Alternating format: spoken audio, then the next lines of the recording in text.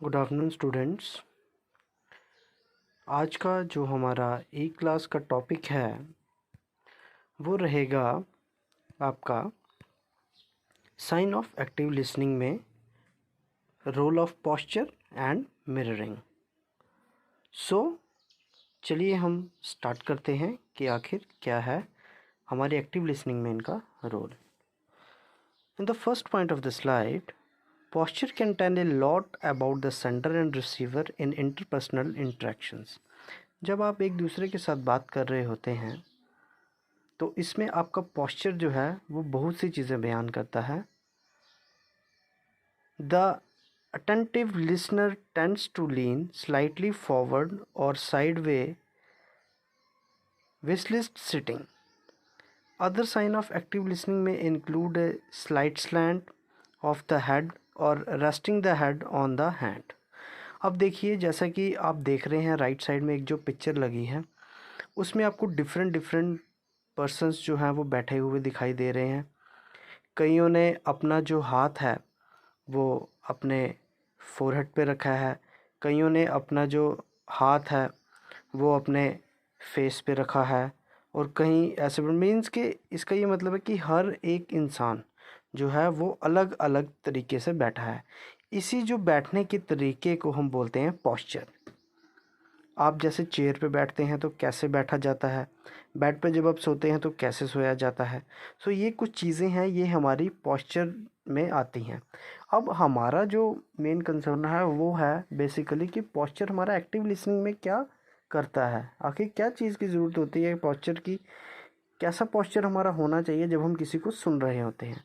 सो इन चीज़ों को ध्यान में रखते हुए सबसे पहले जब कोई आपसे बात कर रहा होता है, आप अगर एक एक्टिव लिसनर बनना चाहते हैं, एक अच्छे लिसनिंग पर्सन बनना चाहते हैं, तो आपको सबसे पहले बैठने का तरीका होना चाहिए कि जब कोई आपसे बात कर रहा है उसके साथ जैसे आई टू आई कांटेक्ट रखना है उसके साथ, और जब भी आपने उनकी बात सुननी है तो एकदम सीधे बैठ के उनकी बात सुननी है। और अगर हम क्लास की बात करें, अगर कोई टीचर है वो क्लास में पढ़ा रहे हैं तो उनकी बात जब आप सुनते हैं, जब उनका लेक्चर सुन रहे होते हैं, तो आपको डेस्क पे बिल्कुल स्ट्रेट फॉरवर्ड बैठना चाहिए और उनके साथ eye to eye means eye contact रखना चाहिए। और इससे क्या होता है, इससे ये होता है कि इन केस अगर आपको कोई, आप उसको अच्छे से सुन रहे हैं तो आप 1 मिनट में बता देंगे कि सर मेरा ये डाउट है या मैम मेरा ये डाउट है, आपने अभी बताया था मुझे समझ नहीं आया। ये होता है एक्टिव लिसनिंग में पोस्चर का काम। पोस्चर से एक आपका वे ऑफ टॉकिंग का भी पता लगता है। पोस्चर को हम सिंपल भाषा में बोल सकते हैं द वे ऑफ सिटिंग, कि आप बैठे कैसे हैं, खड़े कैसे हैं, आपका कैसा तरीका है।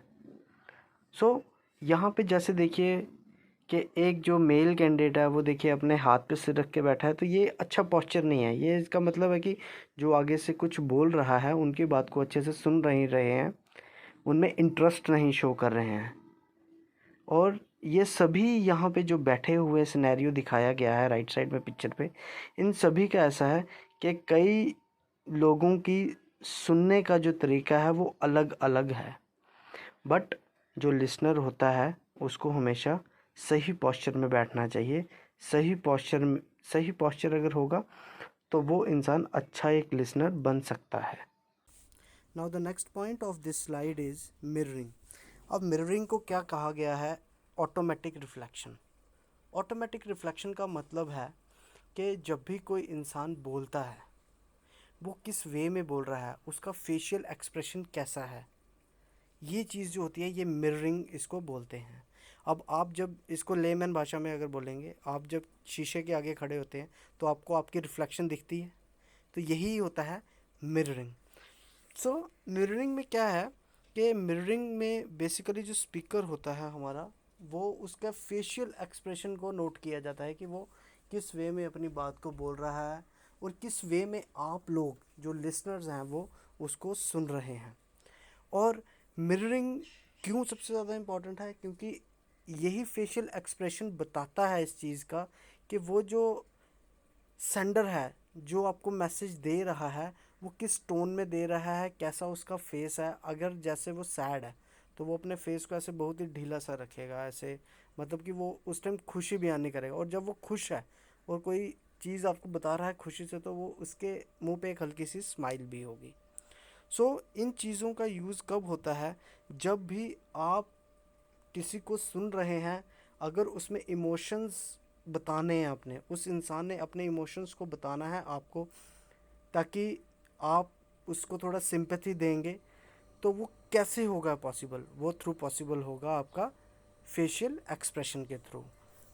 अब एग्जांपल लेते हैं, देखिए कोई इंसान है, उसके घर कुछ बहुत अच्छी चीज़ हुई है, तो वो कॉल करेगा या जैसे भी अपने फ्रेंड को या किसी को भी बताएगा, तो वो बड़े खुशी से बताएगा।